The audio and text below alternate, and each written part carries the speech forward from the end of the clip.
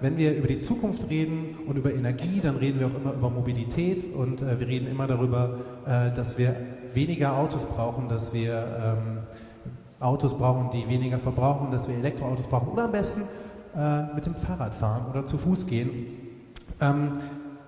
Der nächste junge Herr wird uns auch etwas darüber erzählen, nämlich über Leichtbauweisen und wie man zum Beispiel Autos etwas leichter bauen kann, womit sie dann weniger verbrauchen und die Zukunft etwas grüner wird. Meine Damen und Herren, wir begrüßen als ersten Starter nach der Pause, er kommt aus Aachen und er ist Maschinenbauer mit einem tosenden 10 Punkte nach der Pause. Applaus für Sie auf dieser Bühne, Aniruddha Dutta.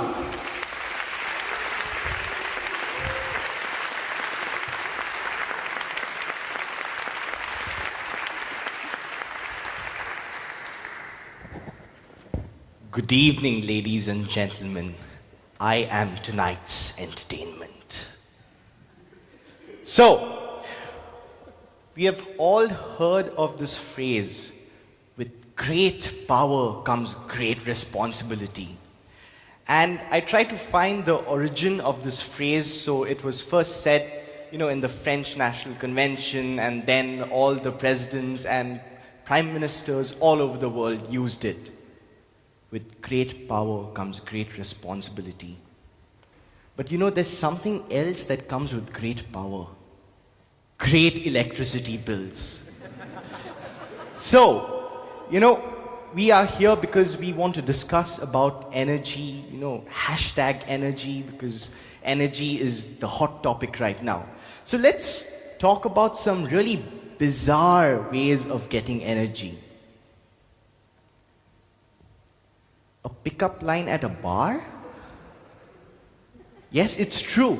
In Stockholm, there's a company that installed these instruments in the railway station that use the heat of people moving around the station to actually heat another building across the road.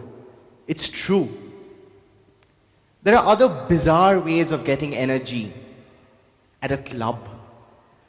You can have piezo materials on the floor, and when you dance around, these piezo materials are actually generating electricity to, give energy for the lights at the disco. And this thing actually exists in Rotterdam at a club. You should go there. It's awesome. Or, sugar can make you fly. We all know this song. So breaking down sugar actually gives 3 times more hydrogen than water. And we all know that there's a lot of research going on in hydrogen, that hydrogen is the energy of the future. Now, apart from just thinking about different ways of getting energy, there's another way of maybe conserving energy. And one of the methods is making things as light as possible. You take an automobile, you take a plane, you make it light, it uses less fuel, you're the Captain Planet. Now, how do we make things as light as possible? Well, one solution is actually going to other celestial bodies. That's the cunning plan. So, these are calculations. 80 kgs on Earth would weigh just 5.3 kgs on Pluto.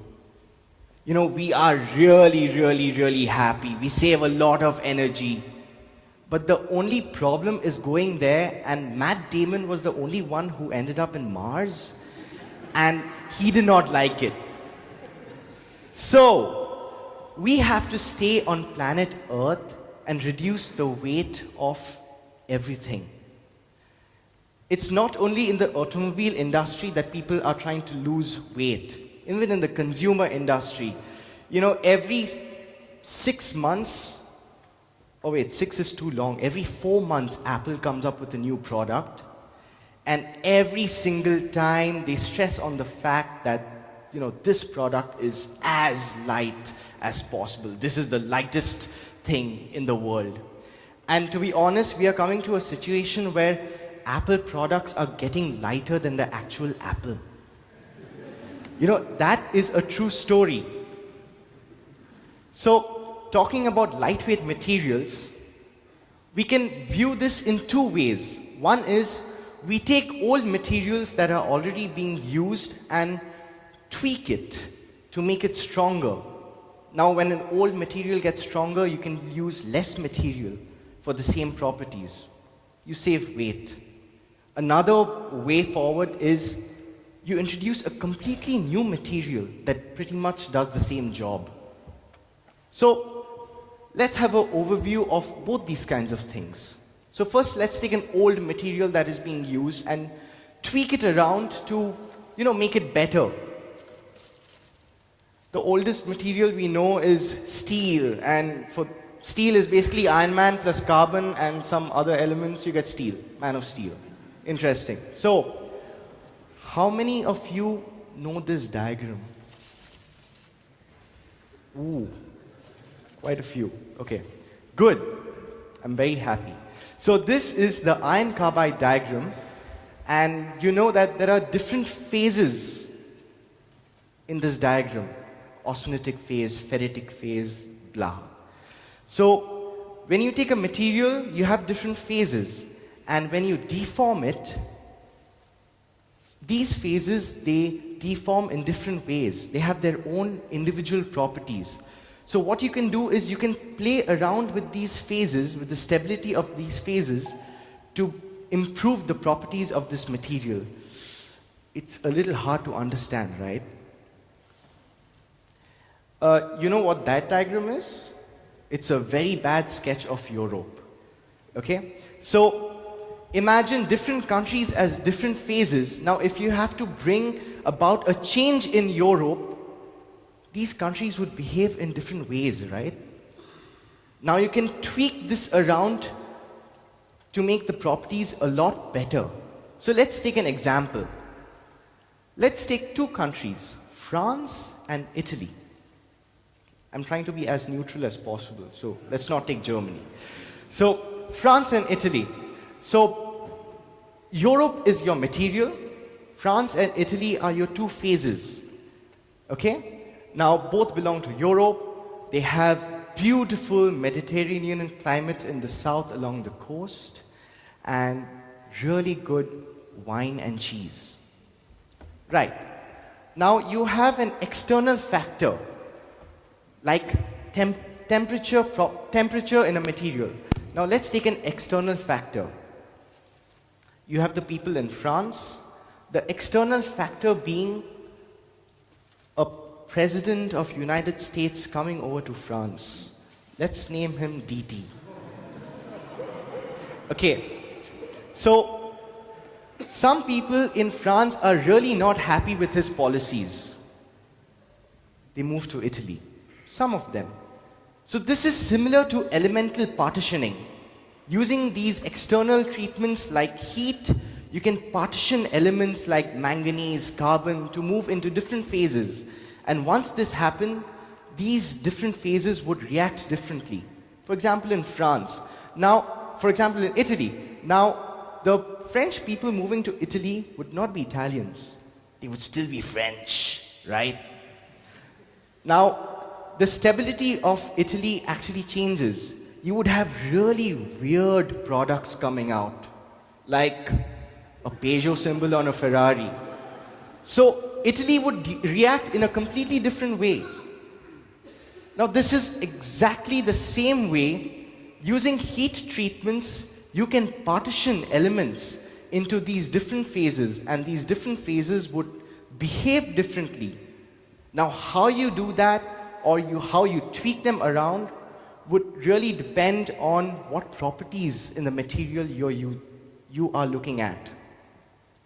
So basically, you take the same old steel that you use, you make different treatments, you make it better, you make it lighter, you use less material, you're Captain Planet, #energy. Now, let's move to the other system where you introduce a completely new material to pretty much do the same job. And this is where lightweight materials come in. Now, the lightweight materials that you know of, like titanium and aluminum, are, being used everywhere in the industry. But what if I introduce you to a material that is half the density of aluminum and 1/4 the density of steel? I'm talking about real lightweight stuff. I introduce you to the friendly neighborhood biodegradable Mülleimer. Okay, so the material I'm talking about is not paper, but if you see, this has a hexagonal structure, and I'm talking about magnesium. Magnesium is one of the lightest structural metals available to us. This guy can give a very, very hard competition to the other lightweight materials out there in the market. But why is magnesium not really being used? For that, we need to study the physics behind the deformation mechanism of magnesium and probably, tweak it around to make it better, to make its formability better. So let's study physics. You have the same Mülleimer, and I give it two axes, the C and the A. Easy stuff. Now, when you deform a material, there are slip systems being activated. By slip systems, I mean layers of atoms just slide over each other. Now, in magnesium, as you can see, it's highly anisotropic in nature. So most of the slip systems are easily activated in the C direction, in the A direction, and it's very, very, very hard to activate a slip system in the C direction. Now, what happens is, you have a block of metal with Mülleimers oriented in different orientations, and you roll the entire thing, and all the Mülleimers actually get stacked up like that. Now, when you deform a material, for example, to make a door of a car, you pressurize that and it breaks because there is no strain accommodation in the C direction. Now, as engineers, we really like these problems because we get a lot of money for this, except for when we are doing our thesis. That's when we actually tear our hair apart. So, what can we do? Let's select some atoms. You know this, right? So this is the periodic table. It's really interesting. I learned it long, long back in my 6th grade. And down there, we have the lanthanide and actinide series. We don't really give a damn about them except for the nuclear scientists. But sometimes they are helpful. So what you have down there are big, fat atoms. Big fat atoms can actually be helpful at times. So you take this big fat atom and you add it to this hexagonal structure, that's your Mülleimer. What happens with that is, to your left you have magnesium atoms happily sitting around each other, and to your right you have this big fat atom coming and sitting over there. And because of this, there are dilations in the lattice. So the energetics of, the atoms change, or the slip systems change. Because of this, you might have good formability in your C direction. So the formability of materials can be tweaked around by, alloying or other various ways. So how is all this helpful? One steel door is equivalent to four magnesium doors, or maybe 2 lightweight steel components. Things are getting lighter. So how can this be used? You have a car that gives about 6 liters per 100 kilometer. You have another car made of lightweight materials that gives you 4 liters per 100 kilometer. You save a lot of fuel and you save a lot of money. Now, what can you do with the money? We can give it to Greece. And at the end of it, you are really, really happy because you're the Captain Planet. Now, let's take a situation at the end of it. You are at home on a weekend, really drunk, really tired. You know, the regular stuff on weekends. Okay? You're sitting at home, you're sitting on your bed, and your phone starts ringing.